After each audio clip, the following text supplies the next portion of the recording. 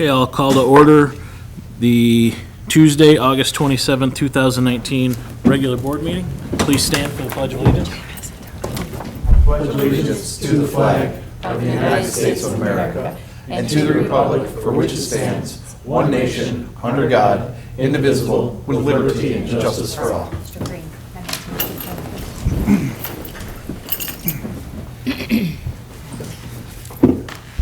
Southgate's mission statement is learning for life. The vision statement is Southgate Community Schools, the best choice for students and parents. Okay, with that, are there any revisions to the agenda tonight? Yes, I have two. Okay. Okay, I'd like to add H3, approval of the contract between the Southgate Community School District and Labor Support Staff, Teamsters Local 214, and number 4, board member appointment.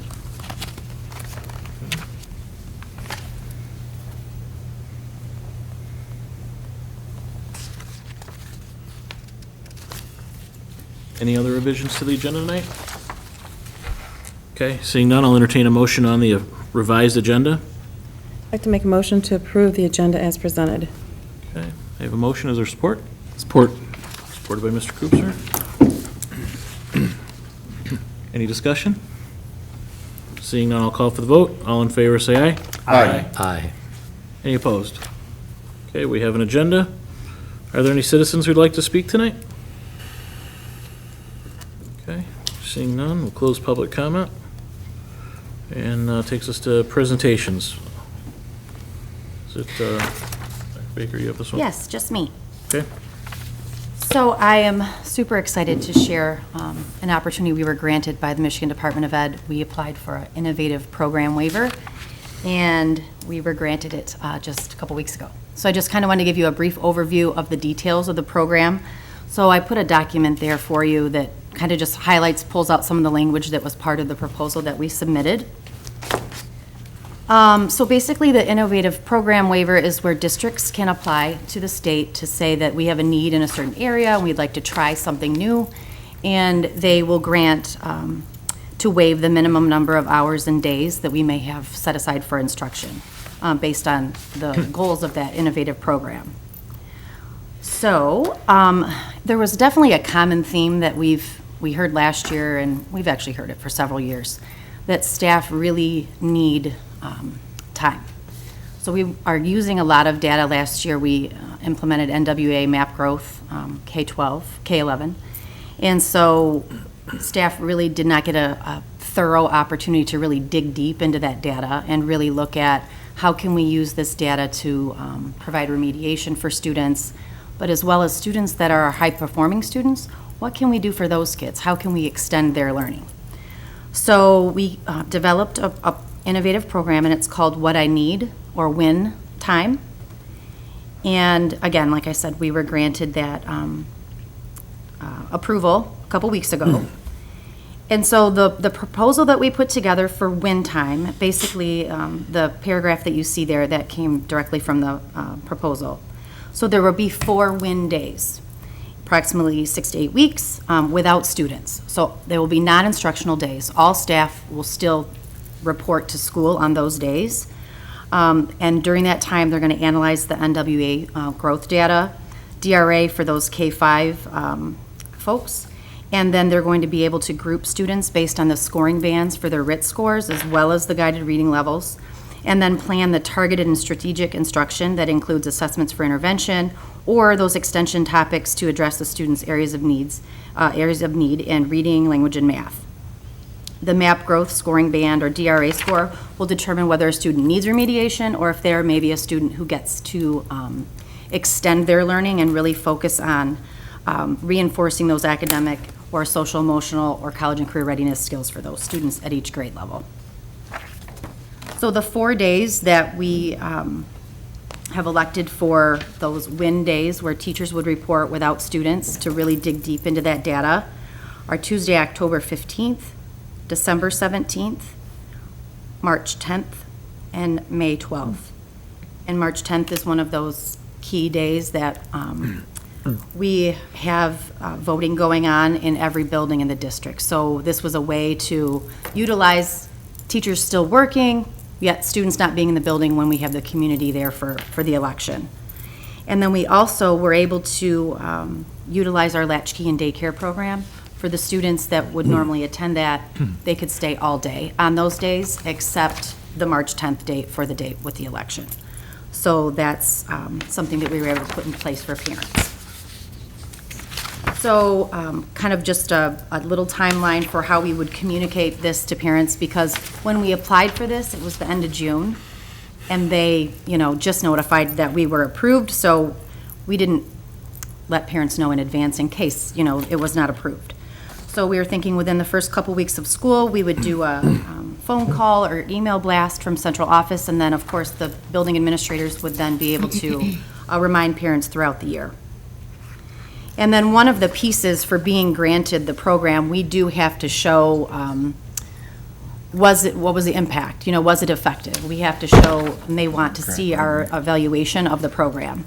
So I was able to provide them where we were last year with our NWEA data, and then that will be then evaluated to determine, was this an effective program? Did it have an impact? And if so, would we continue to use it the following year?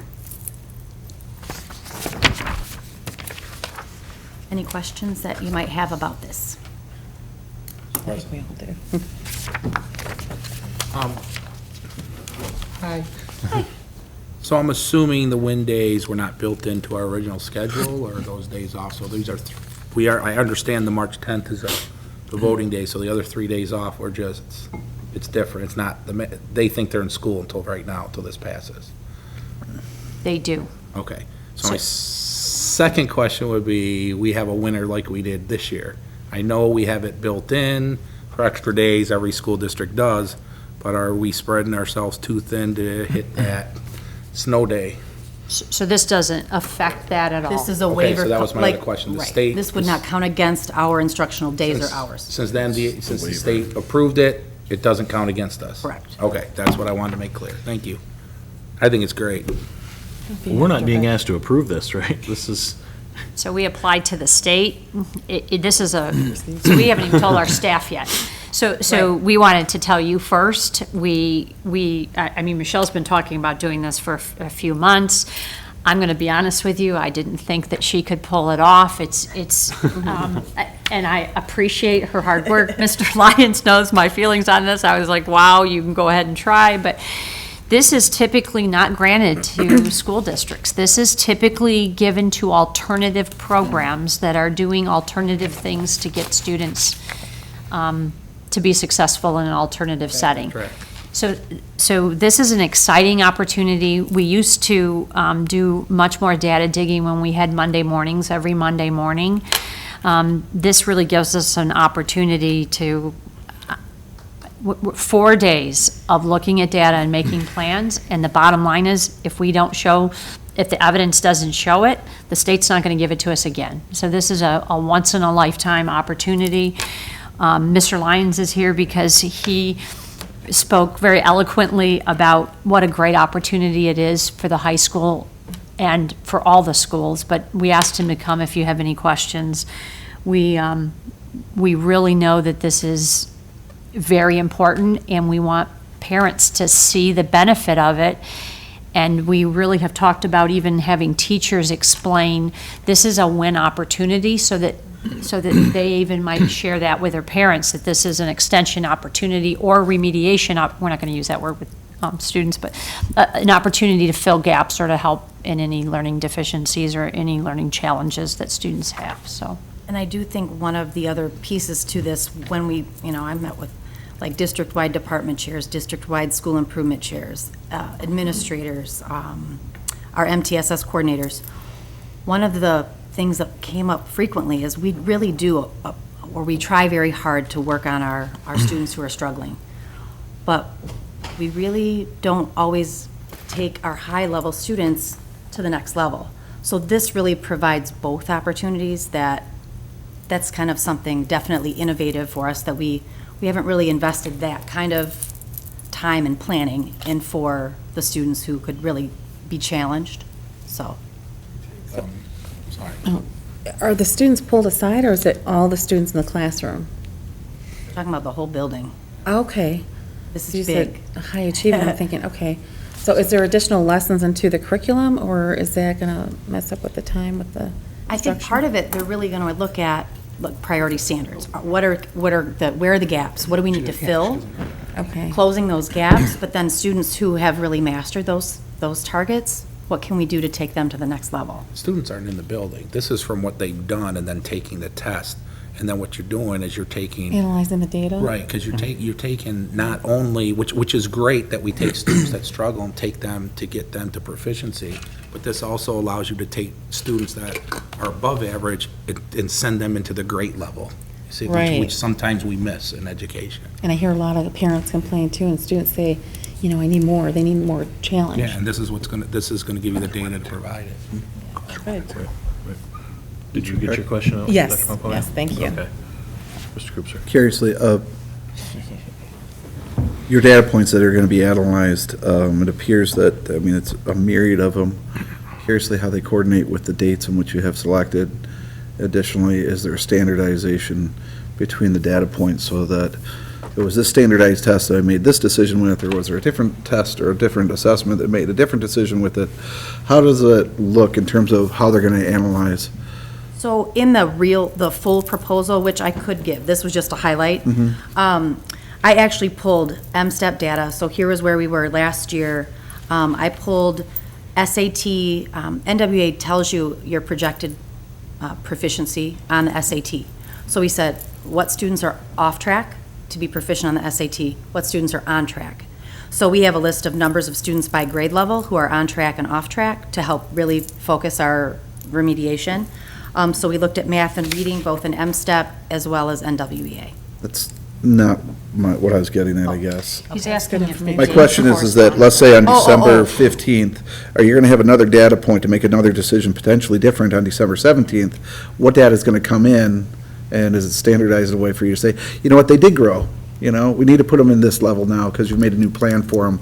That's why you're meeting on those frequencies. So that's what I'm trying to understand. So the very first data point is the week after the fall testing. So we will have the very first fall assessment complete for NWA for the first October 15th. December 17th is the glitch in the dates, only because when the mid-year data point is taken, it's after Christmas break, January 8th through February 3rd. So the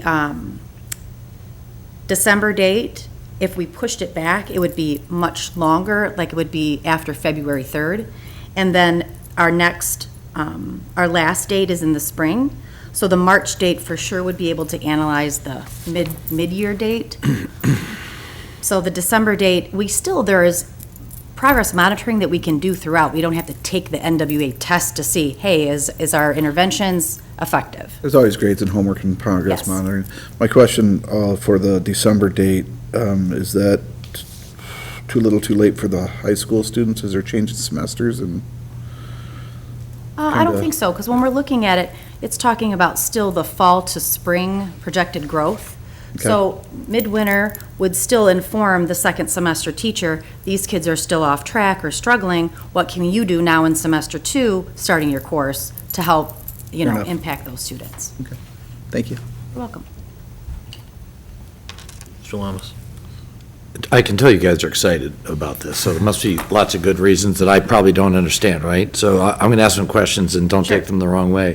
So you did say that it's going to be aimed at higher performing as well as more modestly performing students. Is it going to follow a student, or, so if Sally is in 7th grade this year, they're going to be in 8th grade, will that data, is that data about that individual, and that's the decision point then?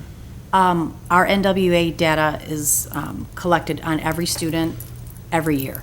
So, I Right. mean, granted, we've only done it 1 year, but definitely we have the data points from every student from last year to help guide us right off the jump in the, beginning of the school year. So it's definitely longitudinal data every year for every student individually. Okay, so whether there's an improvement or not, it follows a student, It's really not a about- group of students that are anonymous, okay? Right. So thank you. And so you answered, I think, my question, Jill, is it just this year, or is it something, well, what's the decision point? How does that change or not? You have to apply every year. Okay, so you'd have to provide results from this year, next year, and? Correct. Okay. how do we know that we've chosen a date to evaluate the effectiveness or lack of, right? And it could be either way, right? It could be that we didn't make good decisions about it, right? It could go either way. Sure. How do we know that the decision date we've chosen is a proper evaluation date? And that, if it doesn't make sense, the question, tell me. The date is required by MDE. So we have an end-of-year reporting to complete after the year is over. So we would have all of our data compiled, we have to submit the report to them. So there's Like many reason, reports. so you'll be able to see a change or no change, and you'll be able to see a difference or not, right? For sure. Okay. And then why were we chosen out of this? If Joe's saying how remarkable it is that this happened, and why? You have to apply, and I'll be honest, I don't know even if how many districts know that there is an innovative program waiver available.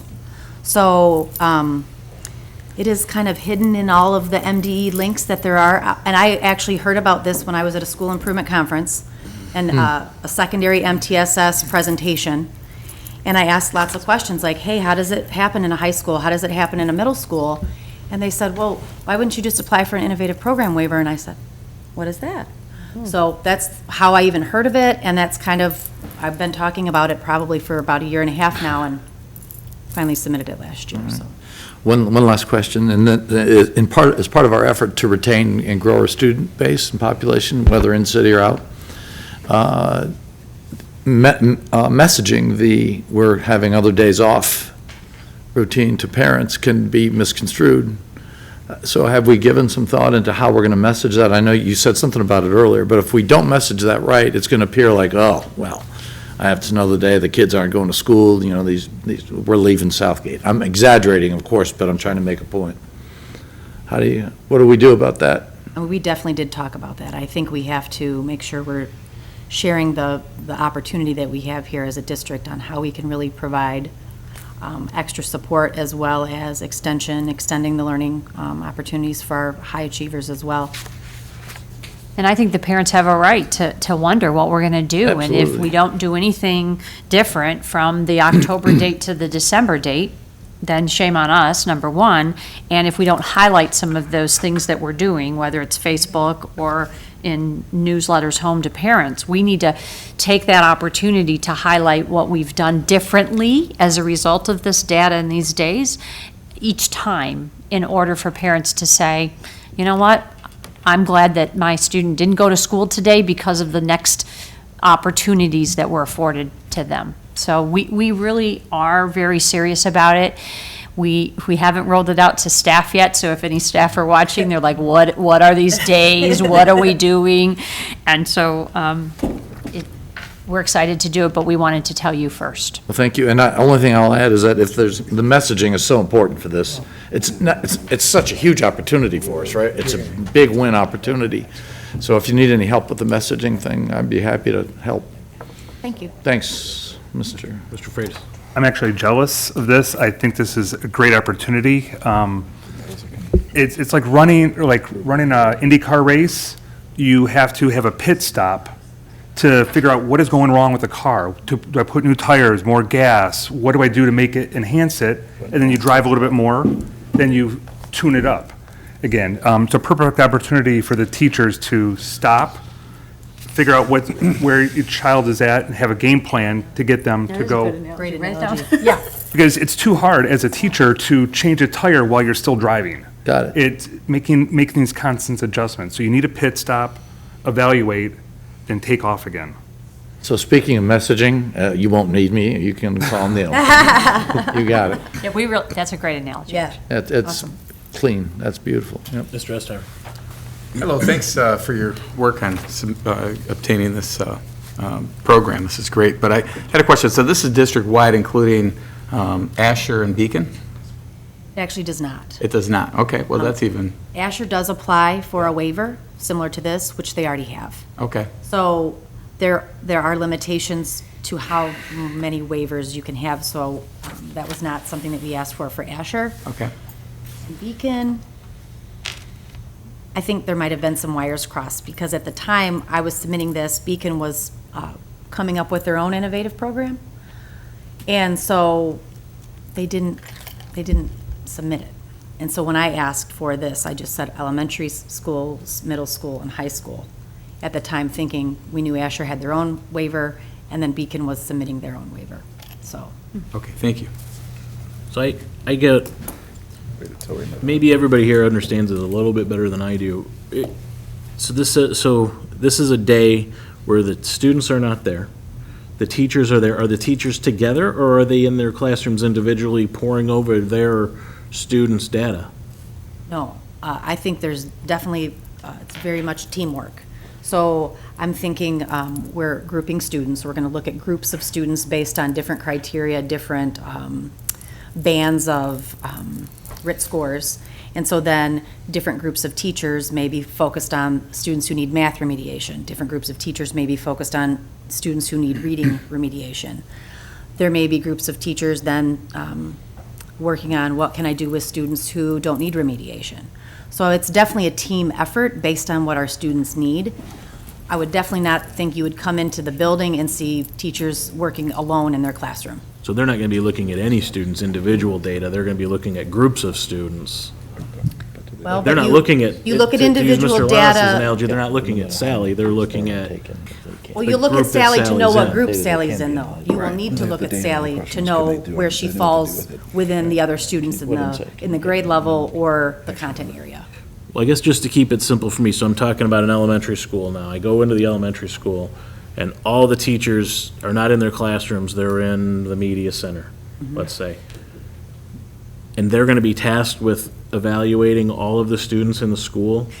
So think about that Seeing where they the fit. kindergarten teachers are focused on the kindergarten students or kindergarten and first grade students. So you could group them K1, 2, 3, 4, 5. You typically wouldn't see kindergarten teachers talking to fifth grade teachers about what content they're going to remediate or And we extend. generally have 2 classes at each elementary for each grade, right? That's the minimum we have, yes. The minimum that we It'll be have. close enough to it. Is it many that we have 3 at? No. Okay, so I'm going to say 2 teachers looking at roughly 60 students each. But they're working, they're together, and they're not with the kindergarten teachers or the 4th grade teachers, or they're So just keep in mind that we have basically together. enrichment teachers, we have Title I interventionalists, we have PBIS interventionalists, we have social workers, we have, gym, art, music, all of those that are going to have a, so if we do an extension activity, it makes sense to incorporate those teachers and which groups of kids and what makes the most sense to extend their learning. So it's really about fitting all the pieces into it as well. So what, again, maybe I'm just real simple here. What are you going to extend learning on a kindergarten class? So we might on have October 3 15th. I can tell October you. 15th. So you might have 3 Well, kindergartners that day, though, that wouldn't be, reading. but that day is only when the teachers work together. Then when they're planning, then they're incorporating these activities from October 15th to December. So they're saying, here's our plan for intervention or extension. On these days, we're going to do this during this time. So it's not like a one-shot deal on one day It's the day to analyze the data. and a plan, and create the Plan. plan for the next 6-ish weeks. span, 6 to 8 weeks. Okay, and then at the middle school level, you got all the math teachers together and all the science teachers. I guess I'm just not seeing how this lays out in plans. And I understand Neil's analogy about a pit stop, but I guess I also don't understand it because you're saying that this data can't be looked at any other time but this one day? Because they have It can. deadlines. for But like, can be it's looked at a easier lot, when but the it's children easier. aren't there. Yeah. When trying to get all the kindergarten teachers and first grade teachers together at one time is challenging. So what we sometimes have to do is we sometimes have to get subs for the teachers to be out of their classroom for a day because it takes hours to look at data and to make plans Put a for. plan in place. To put plans in place. So this eliminates us having to take teachers out of classrooms. It allows us to do it during these 4 days. So there won't be any more. I don't wanna say there be. Well, see, now you can't But see, promise there me might that be you other have- reasons. We might be training them on math curriculum. So that would be different than looking at data and making, Right. And then what's going to accomplish May 12th? I mean, you're 4 weeks from the end of the year. What can you do after May 12th to? I'm thinking we want to say, was this effective? Like, we'd be starting to pull together the whole year. What have we done? What, this student started off here at this RIT score, or this level, on track, off track. What growth have they made up to this point? That would need a whole day. There's no planning now, you're just, A lot of data to So go if you through, do, dude. but if you do it well, too, You're right, I've never done it. That's why I'm asking the question. What would we do Improve on differently in the something. next 4 weeks? What would we do differently in September with this information? And the With or growth- without these dates? Growth doesn't end from May to June either. It And I was gonna continues say- into the next End of the year year. carries over to the next year. Continues into the next year, the growth, the RIT scores, this and that. Are you seeing growth from May to that next unit, the next year in October, when they go from 6th to 7th, or 9th to 10th? It doesn't just end at that 1 year. and this isn't The something you need NWE. us to approve. This is, you're just doing this, right?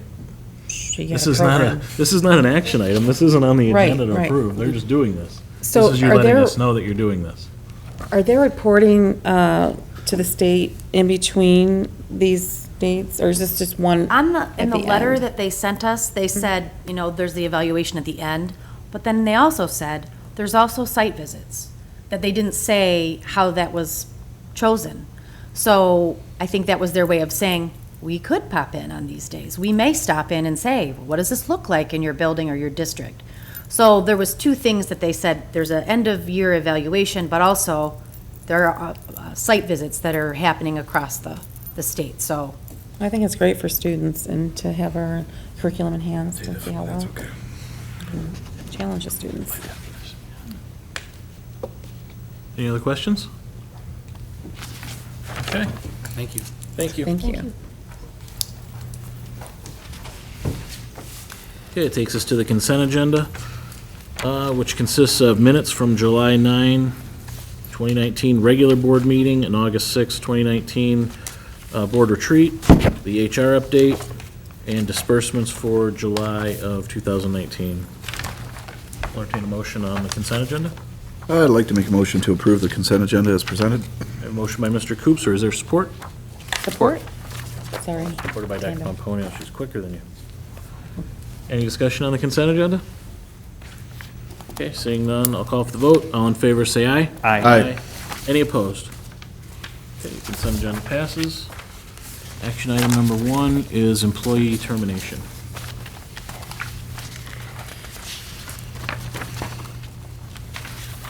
You're being asked to approve the termination from layoff of employee 101183. Okay. Any questions for staff? Okay, seeing none, we'll bring the discussion back to the table, and I'll entertain a motion on action item number 1. I'd like to make a motion to approve the termination of employee number 101183 from layoff status effective immediately. Okay, I have a motion by Dr. Pomponio. Is there support? Support. Supported by Mr. Green. Any discussion? Okay, I'll call for the vote. All in favor, say aye. Aye. Aye. Any opposed? Okay, that motion passes. Everybody can set that aside. Pass them down. Pass them down.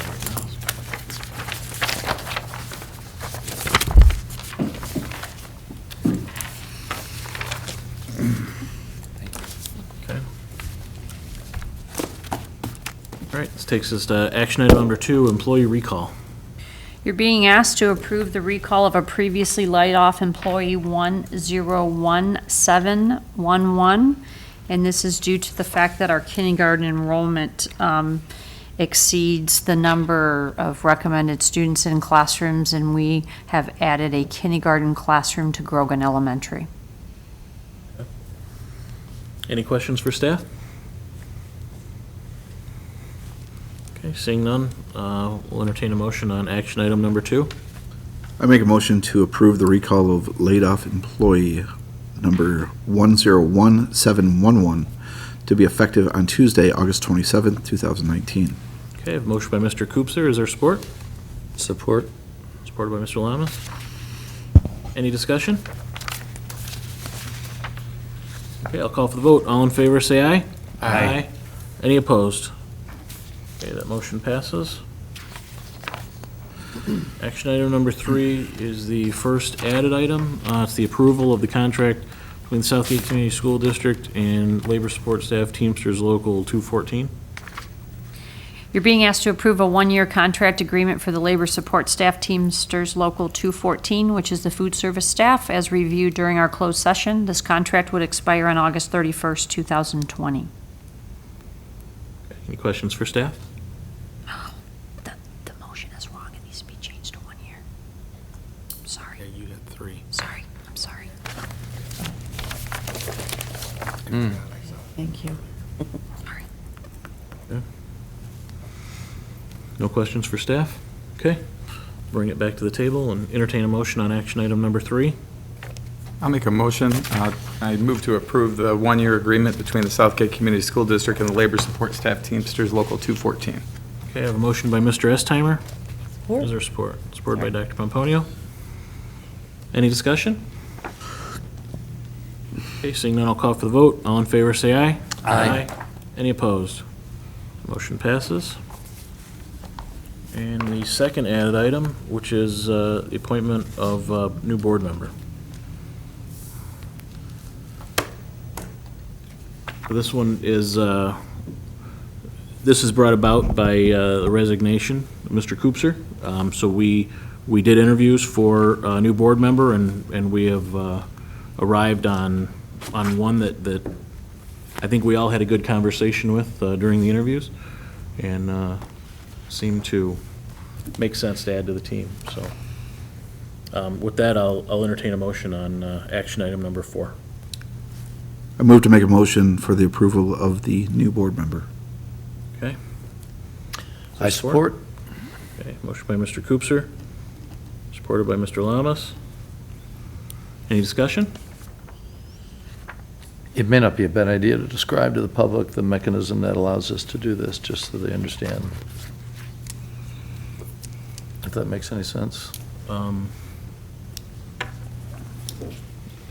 I guess I'm not quite understanding if you want to So we have a That we number. could appoint, or we could have a meeting. We just, We the put way the- we chose yeah. to do it.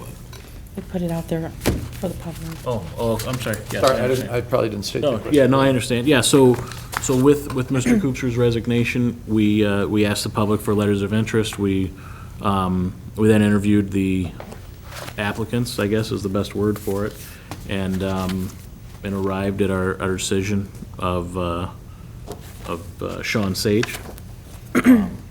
And if we didn't appoint within 30 days of Mr. Koopser's resignation, then Wayne Risa would appoint somebody for us.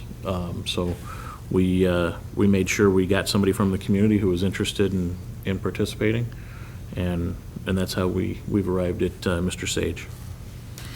Thank you. Sure. Okay. Any discussion? No? All right. Sorry, so I already got the motion and support. All right, so we'll call for the vote. All in favor, say aye. Aye. Any opposed? Okay, motion passes. Takes us to item I, which is employee representatives. Any employee representatives who'd like to speak tonight? Okay, and then information and announcements. Mr. Estheimer. I just wanted to make one quick announcement. I just wanted to wish Mr. Koopser the best. As he explained to us when he joined this team, his life looked a little bit different, and now it's filled with a lot of joy. So we're happy for him to be able to spend more time with his family and his busy work schedule. But I wanted to tell you that I appreciate you and everything you've given to the board. I said in the closed session that your brain is a calculator, and we're going to miss you as far as pushing the numbers. But just want you to know that I, for one, am extremely happy that you to have worked with you, and I wish you the best of luck. Thank you. Mr. Green. So first, I'd like to, everybody, wish them a happy back to school next week. Have a great year, administrators, teachers, everybody. Also, good luck to all of our groups, activities, band, sports, student councils, everything in all the school districts, our school district, and all the schools. I would like to wish the best to a couple of people, Jerry Moran, who's moved on, who we all work closely with, to take another position, so good luck to him. And I'm going to echo Mr. Estheimer. So 3 years ago, met Mr. Koopser as we ran together, and in the last 3 years, if anybody's watched these meetings, and what you haven't seen behind closed doors, is he meticulous to detail, especially with numbers, and in the business side, he was an absolute asset. I don't have any notes, I'm just winging it. He's just an asset to this school district, and even more than that, he's a great guy, and became a pretty good friend. So, good luck with you and your family, and appreciate everything you've done. Dr. Pomponio. Okay. I also want to welcome back the teachers, staff, students for the 2019-20 school year. And, you know, it's amazing to see all the students out there working hard, the band, the athletes, and the class congress, and all the teachers that participate as well. It's just amazing before school even starts. So welcome back to everyone on that, and administrators too, everything like that. And also I wanted to say that with Mr. Koopser, you know, you meet a lot of people who will be either very polite or indifferent or whatever, but on this board, this has been an excellent, over the years I've been here, this has been an excellent group of board members that I've seen work together. But for Mr. Koopser especially, because he's been very objective, professional, and he treats every single person with respect. So that stands out for me. So I want to thank you for being a great board member, and it's been a pleasure working with you. I forgot one. Coop, Green. I hate to tell you this, but we all got you something, and I was in charge of it. And they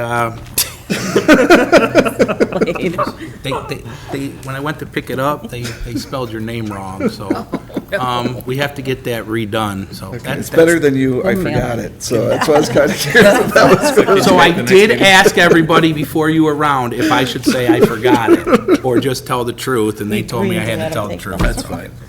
That's My that's hand- very sweet of everyone, and I appreciate that very much. Thank you. Anyone else? If I could for a moment. Oops, sir.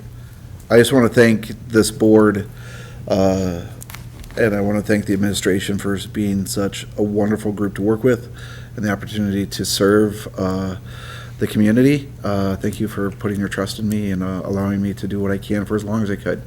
And maybe one day in the future, I might be able to get a chance to serve again. But until then, I think Mr. Sage is going to do a fantastic job, and I just want to say thank you to all of you. You've all become friends, and I respect and appreciate the work that you guys do and the dedication that you put into it, and the knowledge that you bring to the table and the perspectives that you do. It makes for better, tougher decisions, but better decisions, because we talk through them from our own perspectives and our own backgrounds and knowledge. And I just really appreciate the dedication that you all have to the staff, or to have to the students, including the staff and administration and the board, and to the district. So I just think it's been an honor. I appreciate it. Thank you, and I'll extend my thanks to Jason for participating in this board. So, thank you very much. All right. With that, I will entertain a motion to adjourn the regular board meeting. Motion to adjourn. Okay, a motion to adjourn by Mr. Estheimer, Second. supported by, who's the support? I said it early, so it doesn't matter. Supported by Mr. Koopser. Okay. All in favor, say aye. Aye. Any opposed? Okay, we are adjourned. Thank you very much. Okay, you guys notice there's a work session on here.